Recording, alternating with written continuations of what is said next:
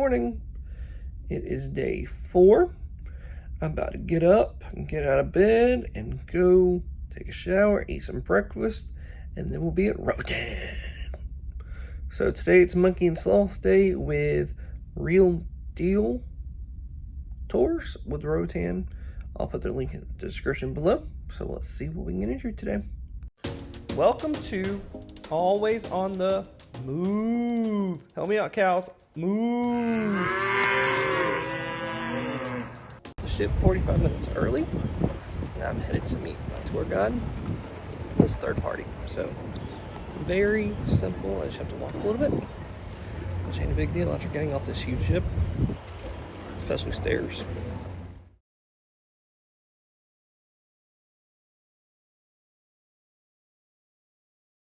Part of the highest point of the island.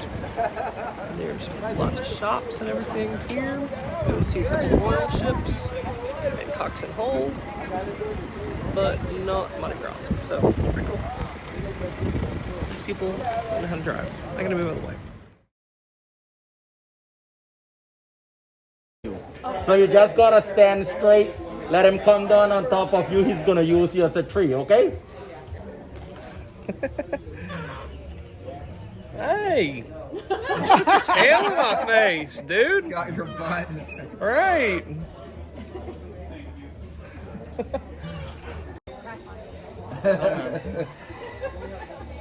Oh, here's a Alright, your turn.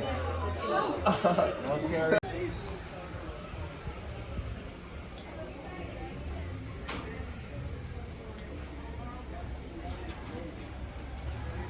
Come on. I don't want to do anything. Right in this cage, guys, we got a coati. It's mostly known as Quaramundi. This one is family with the raccoon and with the anteater. Big one.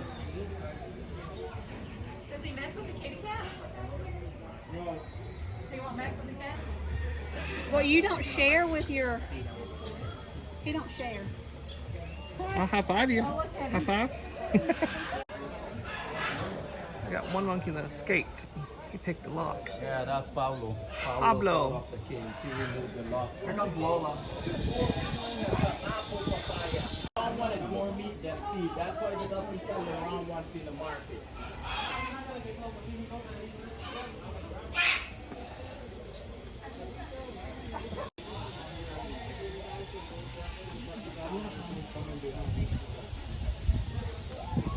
The guy that take care of the slaw, his name is Danny. That is Danny back there. Danny's gonna get a slaw so that you guys can hold him. How you guys gonna hold the slaw? One hand below, one in the middle, like you're holding a baby. He got 3 big and sharp nails, but he doesn't use them to harm. He uses them to climb. So whenever he's climbing, he gotta get a good grip. So if you feel like he's squeezing into your skin, you let me know so I can switch his nails, okay?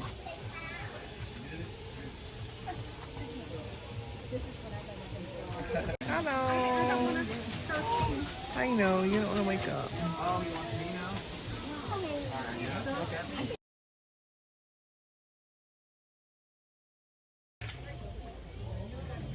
Hello.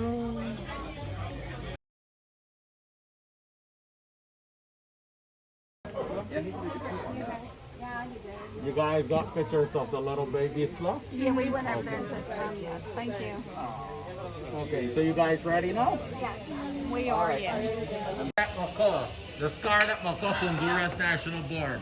The scarlet macaw can live to 80 to 100 years. When you guys go in the cage, the scarlet macaw is going to come down. He is walking down. Smart bird. Hey, ain't no dummy. Alright, someone step on him on you. Oh yeah, that was a great thing. I don't think he's interested in getting on my head. He doesn't want to He's come not down now. interested. But that one's He's not interested. You do that too, bird. Yeah, the claws are sharp. Say not today. Mayan jungle. There's a lot of different activities to do.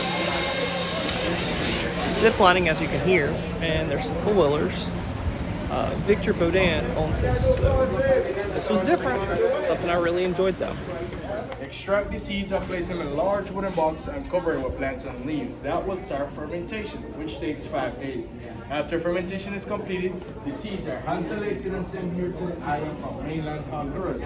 We get our wild harvest cacao from a rainforest named Rio de Plátano Biosphere Reserve, right?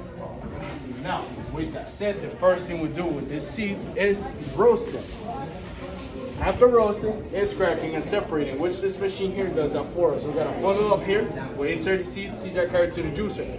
Juicer cracks it open, and in this compartment, the shells are vacuumed out, and the nib, which is the inner part, folds down into a clean bucket ready for grinding. So there it is. I just did what that machine does for us. We got the shells right here, and then we have the nib.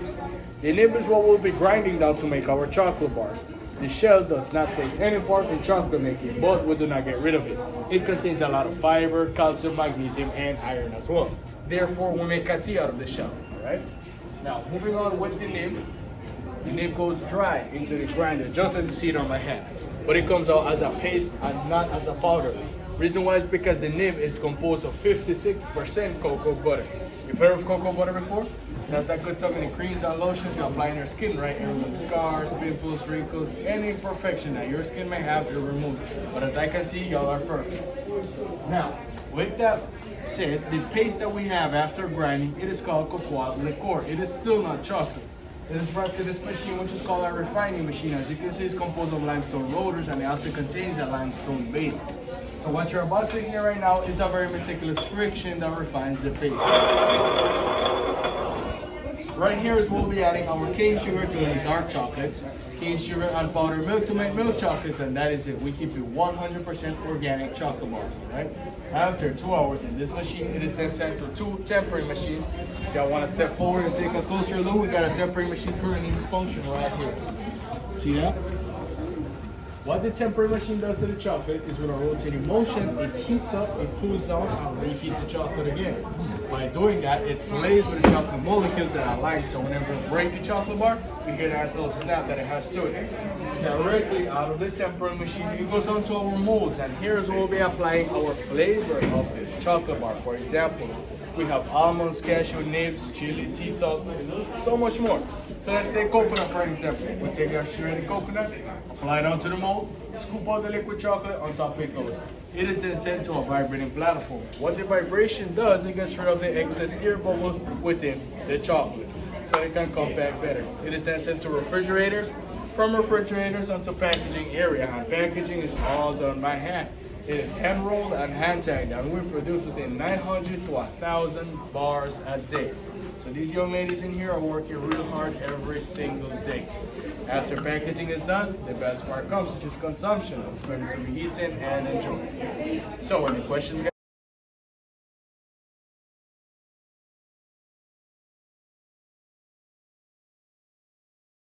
Up to this wonderful chocolate factory. It's made for tasting. Look at this beach. Beautiful water everywhere. Hot pepper, yeah. They're yellow. Oh, they got some that is hot, and then you got some that is mild.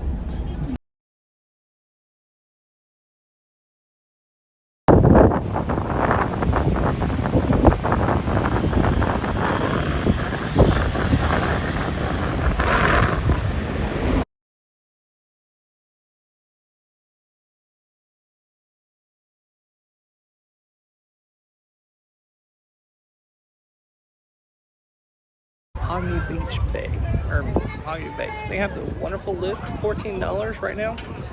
And March 22nd of 22. And you know, you got the beach. So it's always cool.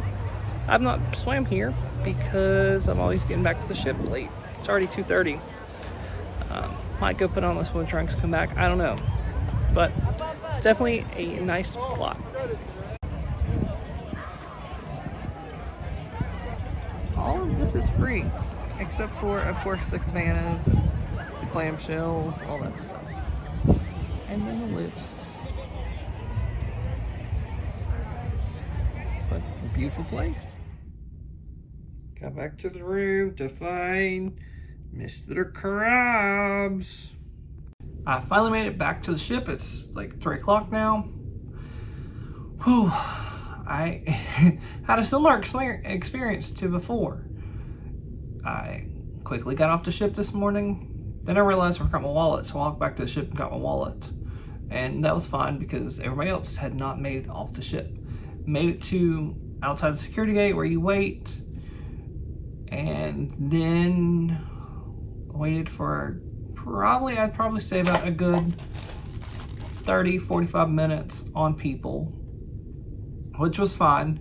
I get it. We got a lot of people on this ship, and there was another ship in port here at Mahogany Bay.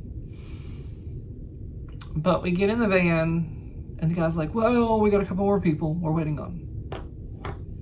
So I waited on them, waited.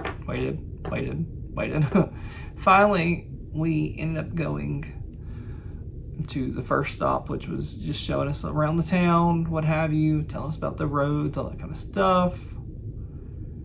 And then we get back in the van after looking at the tallest spot on Roatan. And the guy's like, we gotta go back to the port. The people are standing out there. So we go back and pick up this older couple, get them in the van, and go to the Monkeys and Sloths, which Monkeys and Sloths was amazing. I liked this place so much better than my Eden. After that, we ended up going and seeing like the chocolate factory and the rum factory. Whew. A lot of stuff in the West End, and very congested. So he finally dropped some people off for lunch, and the rest of us came back to the port. I explored Mahogany, and now it's just time to take a shower and chill out. My phone charge up, but I'm tired. I am tired. I gotta wash all the monkey and sloth off of me. So we'll see what else I can get into tonight after I take a nap.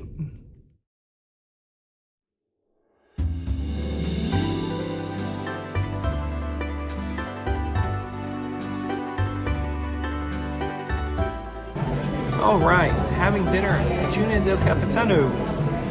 Sitting outside enjoying the nice view of Roatan. We're sailing away from Roatan, so I said, why not? It's nice in the shade, there's a breeze. I said, this sounded nice. So far it has been. Just waiting on the dinner. So, our last port. Start heading back to Port Canopy.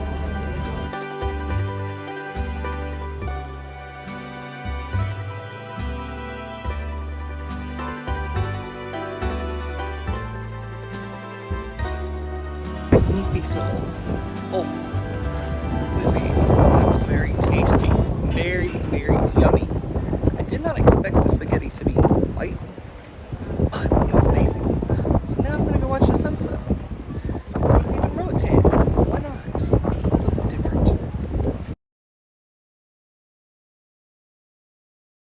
Nothing like relaxing after dinner, summer landing, watching the lake and the sunset at the same time. Check out this view, y'all.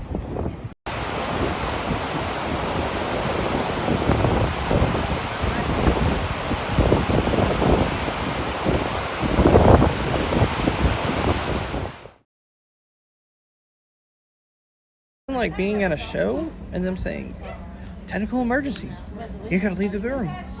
So that just happened at the Vegas show, which in Vegas, I was a little aggravated about it. Times were off, but apparently they weren't off because there was multiple events happening at the same time in the same theater.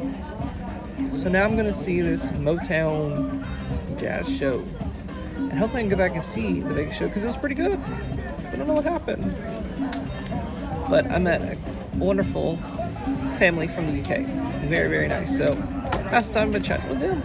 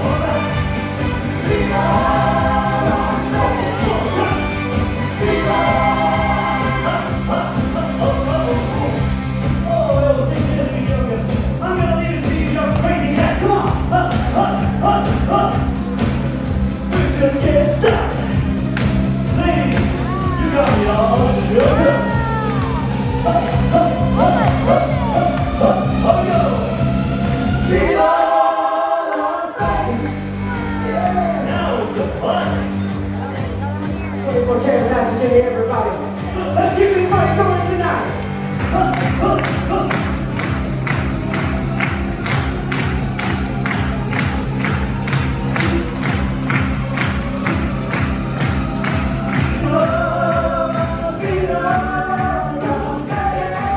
Alright, y'all. What a night it has been. Had dinner at Kachina, watched the sunset. That was amazing. Oh, the food was tasty. Everything was going great. And then I popped in trying to go see the Viva Variety, not Viva Variety, but the Las Vegas show. To me, I really want to see Las Vegas. Well, problem is they've got like 3 different shows at one time. That's all like consecutive. You got like maybe a 5-minute break, that's it. And I didn't know that. So I showed up and I was late because I was watching the sunset. And so I didn't get a good seat. And so I stood around and watched some of it like, okay, I want to come back and see this. Well, I said, well, I'll just go on down to the Viva Variety thing with Marcus Anthony and I'll watch that. I stood in line, met an awesome family. They were from the United Kingdom. I love the United Kingdom anyways. And so long story short, stood there, talked to them, let all the band members in. I held the door for them, you know, just being a nice person, which I am normally.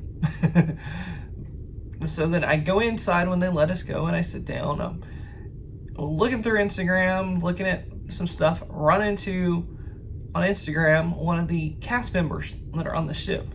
And I was like, well, she's cute. You know, I'll check out her page, whatever. I start following her. Turns out she was in the theater. I was like, how cool is that? And that's, you know, awesome. She's 2 years younger than me. Josh has a crush now. You got the inside tea. But I was sitting there and enjoying a little bit of the show, and the guy came out. You know, he had to make an entrance, and then he stops his show and's like, "What is that you've got?" Talking about me on my gimbal. And guys, I'm not very like in your face with it. Yeah, I'm holding up a ship with a stick. I'm sort of like, you know, like this where you can see it. You know, I'm not obtrusive. I'm not very discreet with it. And then he made a choice comment like, maybe you need to learn how to work it outside my show. The gimbal was acting up. There's nothing I can do about it. He was just really rude about it, and I'm just like, yeah. So I discreetly got up and left. And I'm like, that's just rude. You know, I can tolerate some rudeness at school, but when I'm on vacation, nah, not gonna put up with it. So I'll be adding it to the comments, or to the survey. Then I ended up going and enjoying the Las Vegas show, and that was worth it. It was a magic show, some live music. It was awesome. So it is time for bed. I'm gonna enjoy another sea day tomorrow. I don't know how much content I'm gonna get, but remember, like and subscribe, and thank you for watching.